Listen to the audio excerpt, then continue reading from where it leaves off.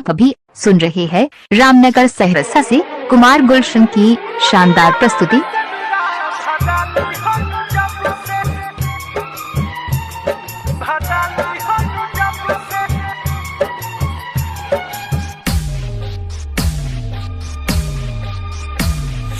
मर जाई है दुआ कहरी रब से सुनो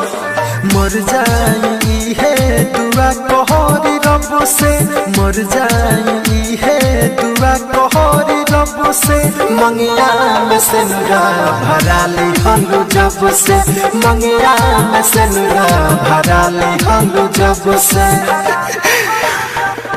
लागे न भूखिया पियसिया हो तब से लागे न भूखिया पियसिया हो तब से मंगिया में से नुरा भरा ले हलू जब से मंगिया में से नुरा भरा ले हलू जब से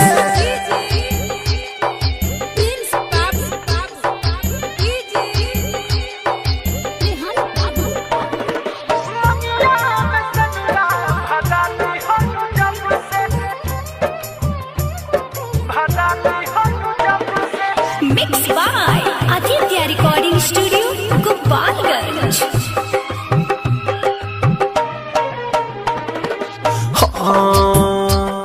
रोवत अखिया हरदम सुना सनम्बा कि पियलो से दारू ना होत गम कम्बा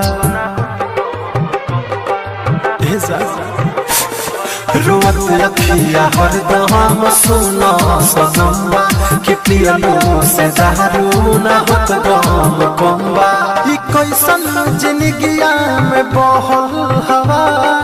तू ना गवलू सब दिहनी हम गवा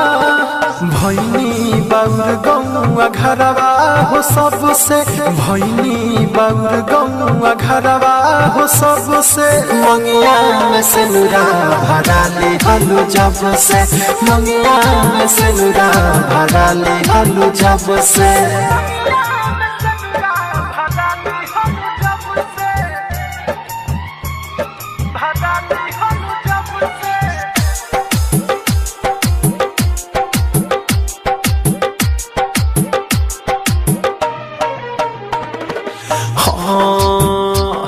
दुका जन बुरानी जियत कैसे बानी ई फाटल करे जावा हसियत कैसे बानी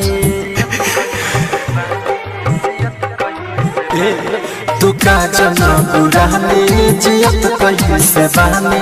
ई फाटल करे जावा हसियत कैसे बानी दीपक दीवाना हो गइल बर्बाद सुनो ये जान तहरा गइला के बाद प्रिंस तोहर नाम ले ले न लब से छोटे सिद्दीकी नाम ले ले न लब से मंगिया में से नुरा भरा ले हलू जब से मंगिया में से नुरा भरा ले हलू जब से।